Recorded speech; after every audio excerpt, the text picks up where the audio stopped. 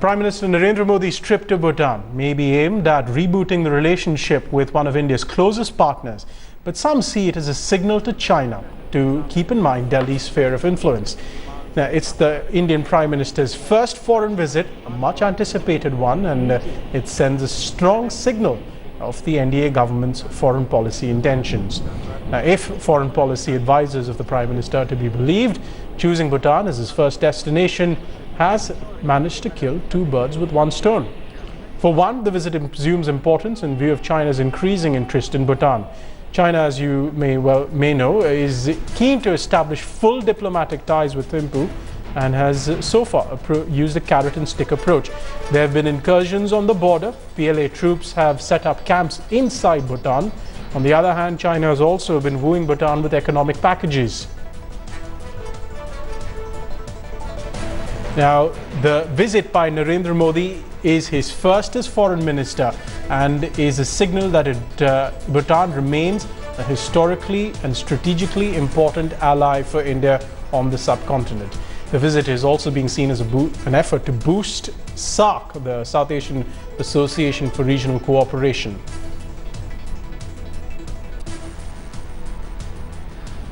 प्रधानमंत्री जी का सबसे पहले विदेश दौरा भूटान को अपने आइटिनरी में रखना मेरे ख्याल से ये बहुत बड़ी एक देश के लिए बहुत अच्छा संदेश है, क्योंकि भूटान हमारा सबसे करीबी देश है और बहुत ही स्ट्रेटेजिक लोकेशन है और भूटान ने भी इस दौरा को बहुत अहमियत दिया है. Bhutan is located, so to speak, between China and India, and there is a valley which is crucial to India's defenses and ingress of anyone with wrong intentions into the valleys of India. So in many ways, Bhutan is extremely important as you might call it a buffer state or as a state which lies between China and India.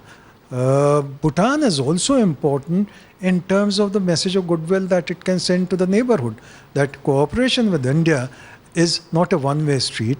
It is actually beneficial to both the people. Joining me live, our Ambassador Rajeev Dogra, who you just saw giving that soundbite a second ago, and also Major General retired Ashok Mehta in our studios. But first, I want to go across to our correspondent Maushmi Singh, who is in Thimphu with the Prime Minister on this visit. Maushmi, what's the day looked like, and what's to come tomorrow? Well, all I can say is that Bhutan opened its hearts and was all set for a grand welcome. It gave a grand welcome to the Indian Prime Minister right from the start, from Paro Airport, where the PM received the Guard of Honor. And after that, on the way were lined up school children who waved at the Prime Minister as he arrived at the Taj Tashi hotel, which you see behind my back. And after that, he went to the King and paid his visit to the King, and there it was another grand welcome with a traditional chip drill dance and music, and the King was all greeting him with open arms. So it is a very warm welcome that the PM has received in Bhutan. It is a Sunday, but you saw the people on the streets, thousands thronging to the streets, not only school children but the citizens of Bhutan, citizens of Thimphu, coming out just to see Narendra Modi, because they are connecting him with the development of their country and are looking forward to his closer ties with their southern neighbors. So it was a great day for both the countries. A lot of warmth sharing, lot of liveliness, lot of goodwill, upbeat mood, spring in every step. So the start was a great one, and it ended with the inauguration of the Supreme Court, which Narendra Modi just about inaugurated. And all in all, it was a great day. Important strategic ally Bhutan is, and I'm sure that Narendra Modi would like to put his best foot forward. All right, many thanks for that update from Thimphu, Maushmi. Let's get straight into this discussion, and I want to begin with a question to Ambassador Rajeev Dogra. Ambassador, why Bhutan though? Because you know, if you look at the Indian media, or even the key issues that are often discussed there, Bhutan rarely features in the headlines. So what's changed right now? Well, I'm not surprised that it doesn't figure in the headlines, because Bhutan is also known as Shangri-La, the last forbidden kingdom.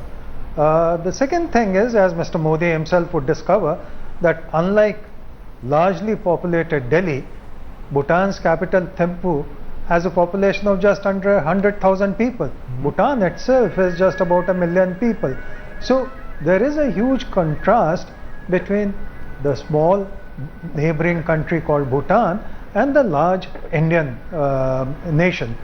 But appearances often can be deceptive, because, as your correspondent also said, there's a huge amount of warmth amongst the Bhutanese, and I have dealt with Bhutan for the last 40 years or so, and I know that the warmth is genuine.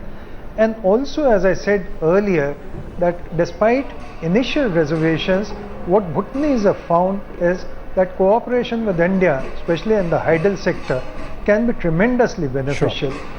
But any relationship has its points where people need to watch carefully, and one of the points is the so-called area near the Chumbi Valley on the western side of Bhutan, and Chinese are pressing, they are ingressing, and they are knocking repeatedly at that area, because it is of strategic advantage to them, and also of strategic watch point to India.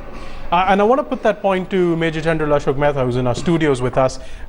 Sir, the Chinese military, as we know, has begun incursions into Bhutan. They've set up camps there, and Ambassador Dogra was pointing out the specific regions where they've done that. What kind of concern does that raise for India militarily? Well, you know, I've been posted there, and we have a military training team. The only country in the Himalayas. We used to have a training team in Nepal, but that got dismantled. So we have a training team there. But let me just make a couple of points. First, the choice is very prescient. Choosing Bhutan because, as the Prime Minister said, that we have to strengthen the periphery.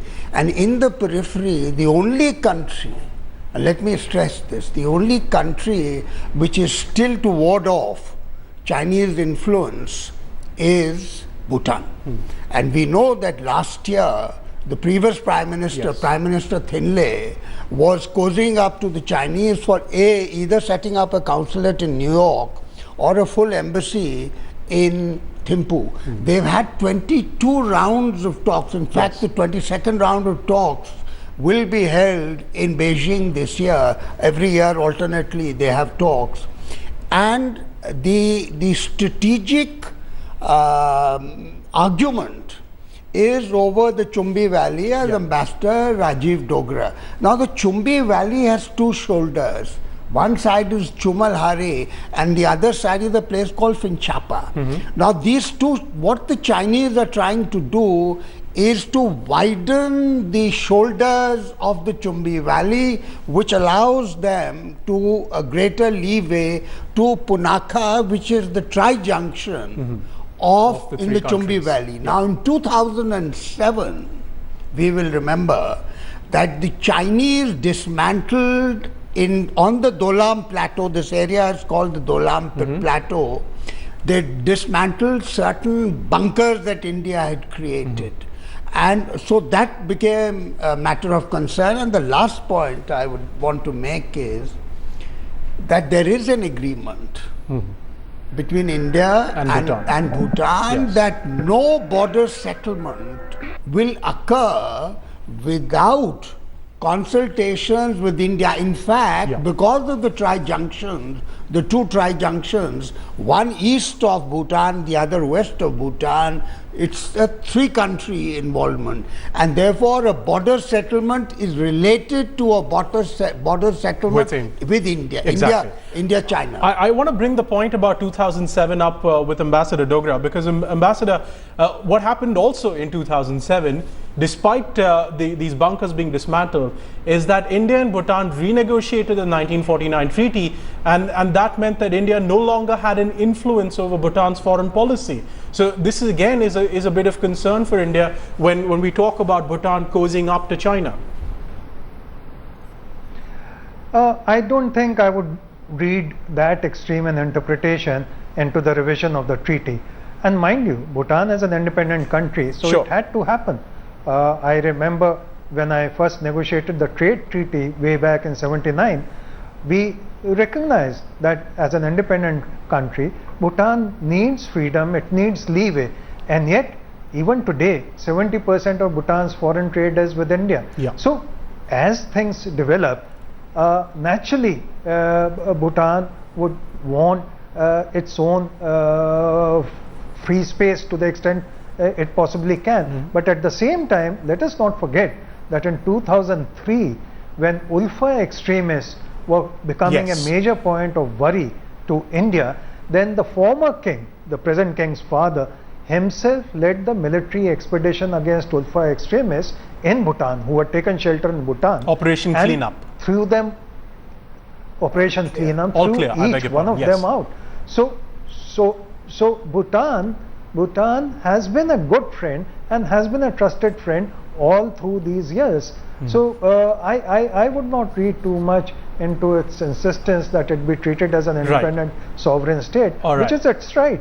And I think we are on the right path.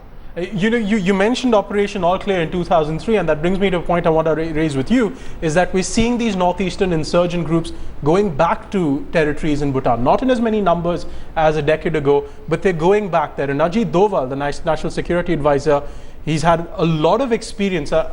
I beg your pardon, I'm being told that the visuals on your screen right now are from the inauguration of the Supreme Court in Bhutan by the Prime Minister, built of course with India's assistance. But coming back to the question, Major General, we're seeing these insurgents going back to Bhutan to hide over there. Would we see another request from India to go out for a military action once again? Well, just 2 points, and I agree with Ambassador Dogra that the Treaty of 1949, which was Treaty of Peace, Perpetual Peace and Friendship, and unilaterally changed by India from India being responsible and Bhutan agreeing to be guided in foreign and defense to consultations working in cooperation for national interest. So it's a symbolic change, but it's a fact of life. We have it's an our independent troops. country. It's an independent country, but we have troops there, and we know that if there was anything to happen militarily in Bhutan, the Bhutanese army could do nothing. But coming to your point, yes, you're right. In 2003, when Operation All Clear took place, we know that the king prevaricated. The king did not. It took 4 to 5 years of persistence, persuasion to get him to agree. And finally, we did carry out the operations. In fact, today we hear from intelligence sources that in fact he tried to pay 200 crores, whether these reports are right or wrong, 200 crores agreed to transport Ulfa camps to the Myanmarese border. How much of that is true? But yes, today these guys have got back Ulfa, and but they are not in any significant strength, and therefore I don't see the request coming in the immediate future. In the immediate future, all right. Now, as we've been saying, Narendra Modi, his first foreign visit to Bhutan, and that's put there's been a lot of elaborate preparations in place for this high-profile visit. Let's take a look at what's gone on in the lead-up and build-up to these 2 days.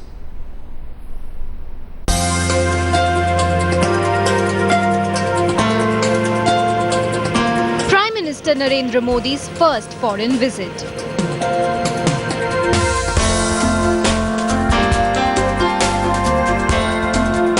Bhutan's Prime Minister Shering Tobgay personally present to receive his Indian counterpart at the Paro airport.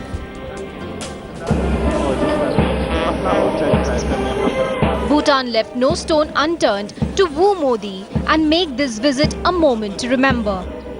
Preparations for Modi's visit were not restricted to diplomatic circles. School students in traditional dresses lined up streets leading to Taj Tashi to extend a warm welcome. Bhutan is truly celebrating its friendship with India. With the coming of the Indian Prime Minister, Bhutan has prepared for a grand welcome, a guard of honor at the Paro airport, and then Narendra Modi will spot all these children sitting by the roadside, waiting in anticipation for Narendra Modi and waving Indian flags along with the Bhutanese flags. Modi's car, especially flown in from New Delhi, was led by a traditional Bhutanese welcome dance.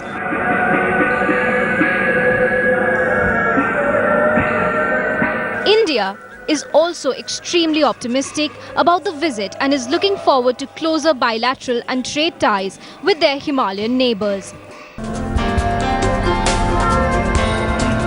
The excitement around Narendra Modi's first visit to Bhutan completely swept the streets of Thimphu.